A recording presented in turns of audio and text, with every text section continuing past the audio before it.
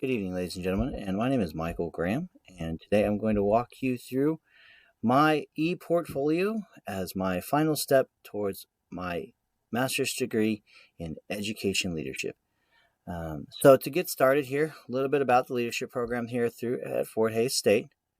Okay, is educational leadership, and what we are looking at is the Educational Leadership Practicum e-portfolio. This is going to be kind of a comprehensive exam over whatever I have done through this program and all the kind of highlights, if you will, of everything that I've covered during my time here. So what this is going to contain is some basic information about myself. It's also going to contain what courses I've taken, when I've taken them. It's going to go over my artifact folder, my goals, my leadership philosophy, some other things like that. And we're going to really get into some of the activities that I did to complete my master's degree.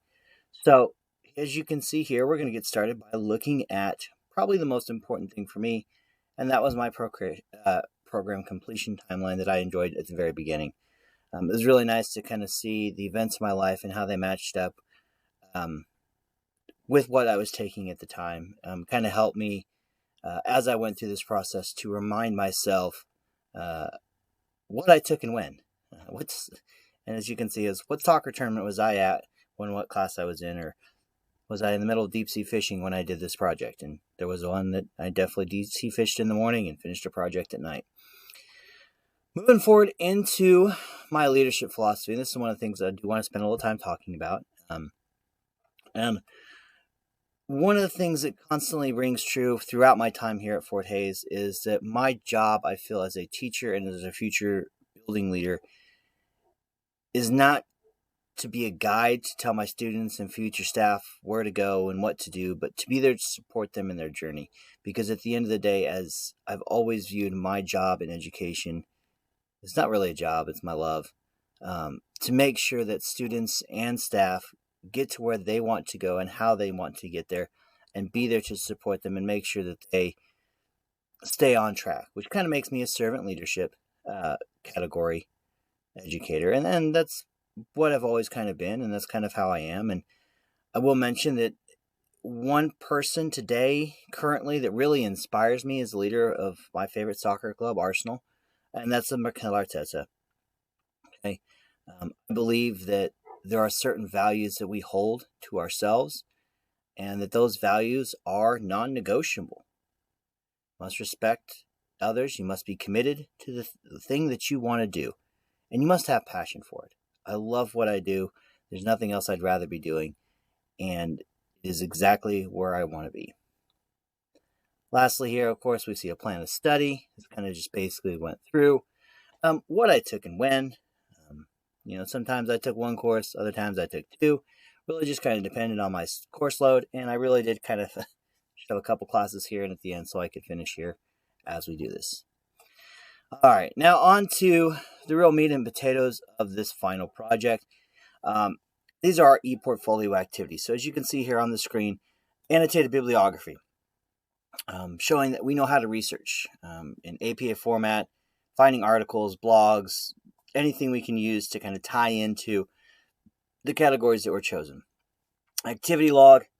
This is a list, a spreadsheet that ties into our district, elementary, and secondary level activity slideshows that we'll see here in a minute.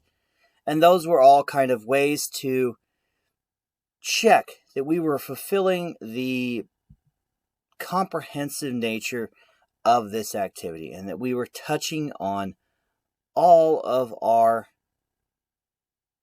goals, all of our needs, and all of the standards that we are supposed to cover during this time period. So, starting off here with the annotated bibliography, to be frank, this was a chore. This is where I struggled the most at during this entire time. This took me the majority of my time here in this class period. And this is not because this was a difficult activity. It was fairly rudimentary. I have a bachelor's degree in history, so research for me is second nature. I've done it a lot. I'm much more of I'd rather go sit in a library, dig through an entire stack of books and find what I need.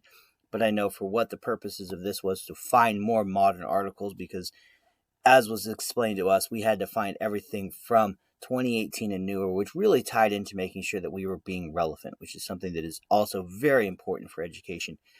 As we move forward, we have to stay on the cutting edge, because frankly, being in the classroom, I know that there are students in there that are 3 steps ahead of me, and I'm just fighting to stay up with them. So administrators have to be doing the same thing. Here are some few articles on here. A couple of these are really great topics. Data-driven decision-making, which is a big step into where we're going. A few other ones here. Strategic planning. I really like this one because this was from Keisha, and the NFHS. If you've ever familiar and done yourself with anything athletic, you are very familiar with NFHS.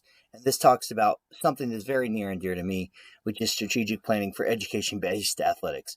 I'm a coach currently, and my dream job is to eventually become an assistant principal and athletic director, because that's really where my passion is. I spend a lot of time supervising activities, coaching, being a part of things. I try to make a game of every single sport that my school has to offer. And honestly, I do it at both of my middle schools, because I'm a head coach at one middle school and I teach at the other. So I'm pretty much seeing almost at least a home game for every single sport that we have in our district. Here is our activity log, where we kind of logged in what we did, how we did it, and what kind of structure it is. And here you can see my activity tracker here, tracked by time and by category. So we have my district activities here, we have my elementary here, and my secondary, for a total of 167 hours spent. To be honest with you, a bulk of them came from a few of these things. A bulk of them came from my times doing evaluations. I took a lot of time to study the numbers and talk with my district personnel about the inaccuracies between our 2 middle schools, and I'll show you that document here when we get to the district page. Here's my activity component tracker, which lines up with what we saw on the previous page here before. Just a little quick highlight here, slinging through. You can kind of see the whole purpose of this, and of course, all this stuff is available for it if you would like to peruse at your leisure. And underneath my YouTube article, I will probably post a link here for that. So on to my district level activity slideshow. And real quick, we're just kind of going to scroll through these pages here. Of course, I've linked everything into a shared folder, which is our ability to check and basically provide the evidence of what we've done. And you'll notice the same little icon there. I kind of like to tie it all together. And up here you see the standard. So standard 1.1a is the first one we'll look at. Okay, and I chose the case study for EDL 852.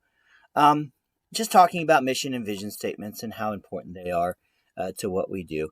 And I'm going to highlight some of the really big ones that I liked here. I really liked 855. That entire course dealing with ethics and professional norms, and this case study kind of drove that home.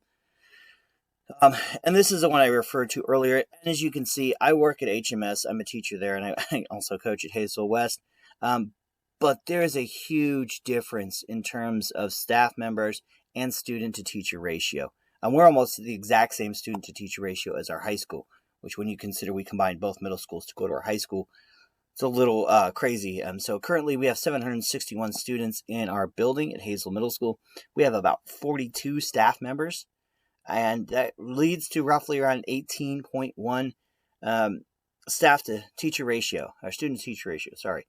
And HMS has 529, and they have about as many teachers as we do, so that leads them to be about 13.5. And unfortunately, the fight that we've had in our district for a number of years is they want a range. And so if it's a 12 to 18 is their range that they set, and if we're in the same distance and same kind of in that range, it's considered equal, which you all well know if you've been in the classroom for long enough to know 6 kids makes a big difference in the classroom, especially if those 6 kids may have some behaviors or difficulties with learning. And then this is another one that we have done through Fort Hays State. This is a KEEP evaluation in which we looked at a staff member in the Masters of Special Education program at Fort Hays State. They sent us a video. We did a nice little evaluation, gave them feedback on it, and I really liked that piece.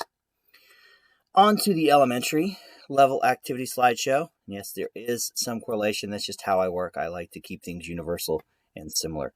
If it's don't broke, why fix it? So a few of these here: ethics, professional norms, inclusive school culture. I really liked this class.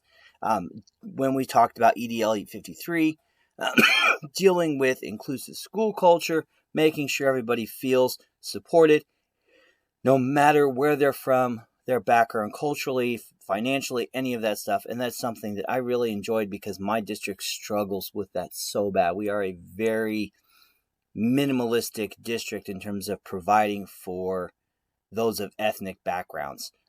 We only have one middle school that has any services for SEL or secondary language speakers, ELL learners. And so for a lot of that, it really kind of got and caught hold of me and really made me start asking questions. Really liked this one here. This is something that we did here recently in my district. We had site council meeting, which I was actually joined and requested to join as part of this because in talks with my principal at the end of last year, I asked what I could do to help out more, which let me tell you is not something you always want to ask your principal when he's coming into his first year in the new building, because he's like, oh, well, here's this, and here's this. And so I had a lot of time to throw a lot of stuff in here that I got to have the privilege of including myself into. And this was a site council meeting, grouped with our PTA groups, in which we talked about our new Raptor system, which is a technology enhancer, if you will, to make sure that when we go on holds and lockdowns, that proper information is displayed. One of the big things we picked up from this meeting is that while this system works phenomenally well and has been great for our building, there is, of course, still the human component. And unfortunately, the human component that I refer to, of course, is coming up here on the next couple slides here. Oh, I'm sorry, actually, that's in my middle school slide, where we talk about cell phone policy and how some of our staff members really just don't follow it. And that kind of is a bad thing when you're in a crisis. And this is my last one here, internal and external communication, as this is something I've always struggled with as a teacher. And this gave me great tips and tricks, and I've been using them pretty consistently since I took this EDL 856 on how to talk to teachers and staff members and parents on the outside. It's been great. Secondary activity slideshow here. I'm going to really quickly highlight one of my really favorite activities here, of course.